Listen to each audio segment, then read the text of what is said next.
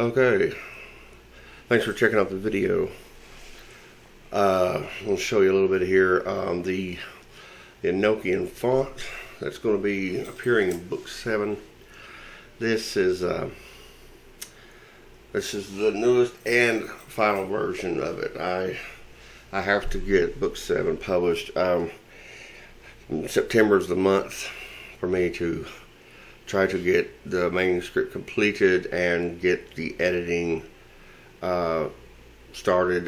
My submission for the manuscript for book 7 is, I may be pushed up a couple of weeks to October, but I want this, I want the book 7, it's going to be out by the Christmas season. Not that the occultists and the people that have interest in my books, not that they do a lot of Christmas shopping. I'm sure they do in their own situations, in their own scenarios, to some degree perhaps, or not at all. But let's take a look here. So I'm finishing out on book 7. There's a section similar. Let's say it's taken in spirit and theme from the way the emerald tablets are put together. So there is basically the straight, pieces. Like here we have, I can find my will and my purpose. Oze sivaraze tuze rueode tuze on satu sole. Let there be such extreme justice. Sut poi tu zun e sivze corse sat zatane. To the terror of the earth nise vue sinunave givole kaoske. Now this right here, of course, the editing's not done. There's going to be insert in between this piece up here, this piece here. This is the song of the Teruze. There's the Reham and the Teruze. Knowledge and wisdom of might is ordered by violence through violence to rule with lust for life. Channeled through an automatic, very powerful automatic writing session. 2 voices coming out of one person. Just extraordinary automatic writing channeling. But this, the Teruze, this is the devil's brood. This is the ones who are led by the Ka'e'ae de Teruze, the 666 of the first tier of the beast, Lucifer. Everybody has heard of this individual, this soul, this being. Very much misunderstood. A lot of confusion out there. But then there's a lot of truth out there hidden in plain sight. It's a very interesting thing we have here in this world. But now, it's in English. Each piece of this section of the book, not all, there's different sections. There's 4 major sections of the book. A lot of Enochian invocations in this book. A lot of Enochian evocations and inculcation, having to do a lot with final inner alchemy and the calling one forth to the great congregation and calling the congregation to you, so the paths that may be crossed. But it's the way it's set up here in this section here. It's the English, knowledge and wisdom of might, and then you have the Enochian here in the English 21 character. Onu su e ti e tiru e de lutoe. Is ordered by violence through violence. Uihe sahozoni e azavinote and husi e ozavinote. And then here we finish up with to rule with lust for life. Nize salvivoe toang tai kai nune. So what we do here is, as soon as I get this, I take the format. I format the second line like this. It's basically a Times New Roman, and then I just I duplicate it below it. Then I take this the Enochian font that I've created for the word processor. Works on Word, OneNote, Office, WPS. It works. It seems to work. The open top, and true top. So I got two formats of this Enochian scripture, a true top, and I just wanted to show some. We could do it here. Okay, we'll go here. Let's just do this. I'll go down here to where we got some. I'm collecting poetry for book 8. Book 8. It's going to be Psalms of Light, Parables of Power, and Poetry of Judgment. I've got 2 parables written and about 50 poems done. The poems are coming along great. Straight channelings. Parables take longer to do. Parables take a day or 2 or 3 to put together. And I want to try to have a close to equal number of 50-50. At least 50 selected poems. I'll probably have 60 or 70 poems by the time it's all said and done, but at least 50 will be chosen for the book. And I want to have a lot of parables. So the bulk of the year next year, from November, December, January, February, March, April, May, it's all going to be writing parables and studying parables, and basically extrapolating parables from ancient concepts, because you have the hero's journey, you have the right and wrong, you have sacrifice. There's a lot of basic philosophical constructs, concepts, and paradigms that you can draw upon and you can write upon. But I just want to study a lot of parables, even from the Bible, and then expose them in the new light of the Luciferian current that is upon the earth now and is growing more powerful. Well, let's go ahead and check out this. Let's go ahead and check out. It's way too big a font. Let's go with the 20. Let's go. Here we go. So with the Enochian, you have you got the A, B, C, D, E, F. Then you have the G and the J, and then you have the that's the way I write it. That's the way I do it. And then you have the L and the N-O. The P is kind of see, there's the GJ, the P, and the UV are called unsublimed. They are aligned to the relative A of the sacred geometry of the creation. But that is, we can talk about that at another time. So then you have the R and the S and the T, and you have the UV, and you have the Z and the X. Okay. So should have the, see here, 6. And you have 7, 8, 9, 10, 11, 12, 13, 14, 15, 16, 17, 18, 19, 20, 21. Because, now, that being said, there has to be some, I believe, there should be some designation for the difference between, a GJ and the rest of the characters. So what we have here is okay, it's quad 7. Okay, you got it. Okay, so we're doing pop. Okay, then we're going to change the size, of course, so you can see this. You see here.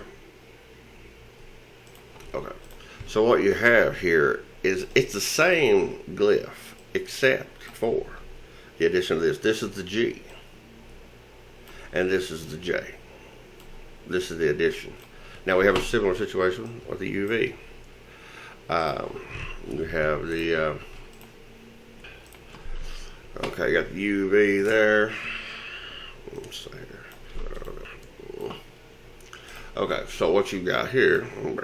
So what you got here is you got the UV. This is the same glyph, except the U it's got this. So the GJ, UV, it has the dot. Dot precedes. Okay. So if you're writing a word like vue, the, so it's, there it is. There's the. That's the word the, vue, vue in Enochian. Now you know this is the V. and this is the U. And now the P doesn't have it. Doesn't have that. It's only the U and the V, because the P is, even though the P is unsublimed like the GJ and the UV, it's a lone character.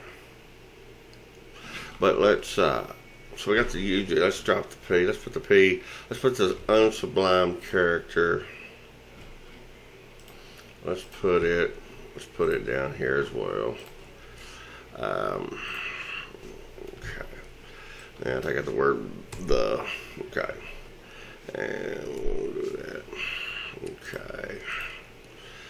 Okay, so we'll go out from it a little bit here. We'll just stop it again, and we'll do format paint.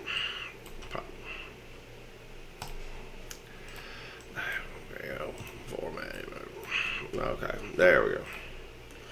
There we go. So, yeah, see, it's a lone character. It doesn't have an associative. These have associative. But they're the same size. The only difference is the dot designation. It's like the A, B, C, D, E, F. So we have A, B, C. Here we go. Let's go ahead and go on down the next page here. Okay, so these are your unsublimed up here.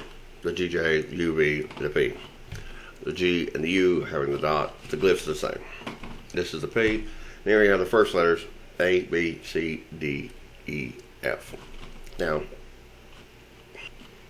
the B here, this is a correction and a design that a friend of mine, an artist, an occultist, she's a great artist,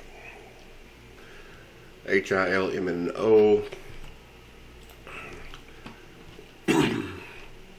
So this is updated H, and I spent a lot of time, authors and writers and people who studied it, and spent years dealing with it in one form or another. There's controversy over this and this, I'm sure there will be. It seems that she has, we have updated to a, it's very interesting, it's like she had dreams, on our channel, and it seems like we've updated these glyphs to a previous form that is now turning out to be, have been discovered. It's like, oh, that's actually not just something contrived or derived, but through vision and channeling, properly put, and then found to be correct. And afterwards, it's very interesting occurrence and process going on here. So you have the H, the I, and the L, and the M, and the N, and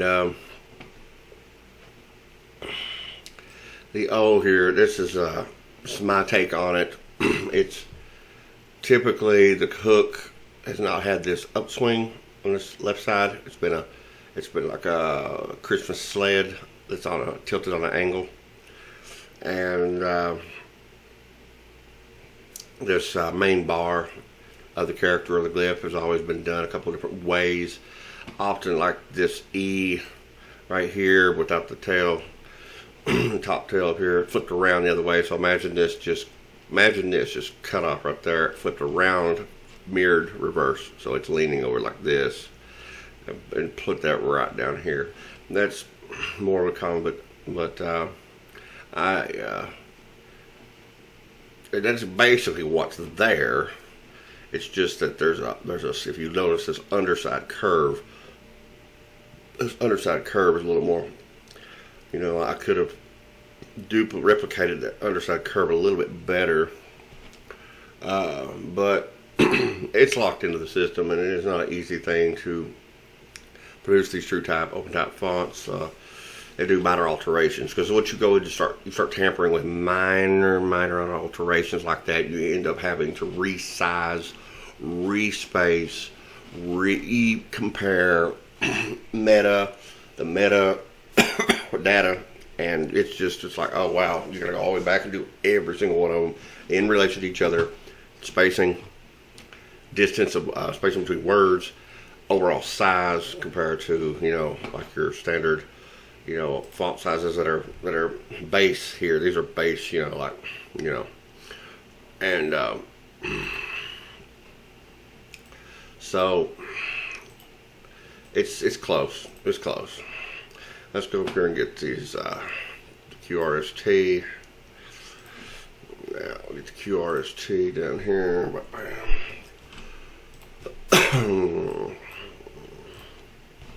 So right here you see you have the the Q, the R, the S, and the T. Now, like if you look at there's stylistic glyph similarities with the R, the S, and the T. The R has been depicted in some golden dawn materials is looking more like this. The R has been depicted looking more like this. This depends on which one you get a hold of. But this, the R should have the separation. It should have this like a miniature mini me of itself here. Now the S, this S is pretty standard. This is pretty standard. A lot of the people that have dealt with the Enochian would take issue with this being the Q. They would want to put that here for the P. But the P, it has an element of the glyph, which is your base footings right here, like base footing, base footing, base footing. There's only like 1, 2, 3, 4. You know, there's not a lot of characters that has that baseline footing. Which I'm sure there's more technical terms to call it, but it's not really necessary. Now we have the last two. We're going to have the Z and the X. And the Z has a base footing. You can see here has a base footing. So let's see this base footing here and this one here. The N, it has like a base footing, but the spacing between was more optimal if it was raised up off of the base. So you have to imagine a baseline going across the bottom of these, and you have this one here setting right up on the baseline. You know, and you see that little bit of an extra space right there. It has it here too, but see, it's a base is sitting here and up here. Now, base, this is sitting on base. So see, look, this is floating. So the reason these are floating just a little bit above that baseline is because of the spacing in between glyphs. It affects it. It just affects it when you're creating these fonts. So we have the B, C, D, E, F. Then you have G. You have H, I, J. And then L, M, N, O. And then you have P. And then you're going to have the Q, R, S, T, U, V, Z. And then we always put the Enochian X just gets shoved out to the very end. Don't ask me why. I mean, you could put it in the alphabet or more closer to its native English position, but as you realize, look at the similarity between the X and the R. It's very similar. Very similar. I mean, it's like just that separation. Just that separation is very similar. It's something to do energetically, and the there's an association. See, there's an association. Let me see. Right here, you have. So it's associated. The X and the R is with the first flame. It's corresponding to the middle pillar of man. And you have the D, H, P, Q, S, V, J. It associates with the left pillar, the second flame correspondence. And then the A, the B, the C, the E, F, L, N of the right pillar. And the word for correspondence to the Trinity of the pillars. So you have the right pillar, and you have the left pillar and the middle pillar, and the corresponds to the flames, first flame, second flame, third flame. So it's the double it's a double correspondence. It's a double trinity, and that's atomic souls. Atomic souls. I want to add. So these first flames, the second flame, to the third flame. These correspond. So you have the P. It's G. It's G to the third. So it's G. Okay. And so we got V to the second. So it's going to be V to the second. It's going to be V. Alright, so have to look more into this, the difference between the, it's very interesting, the difference between the sets right here, the GJ, the UV, the V is unsublimed note, and the connection to the rotave polarity instead of the Lihei. But I thought I'd show that off. See what you think of that. It's going to be, that font's available. I'm going to put it on the website. I would charge like $5 for it. Let me know what you think in the comments here. I'm going to have to edit this video down, chop a bunch of this miscellaneous stuff out. But thanks for watching, and see you in the next video. I'm going to trying to put up some content every few days on the channel.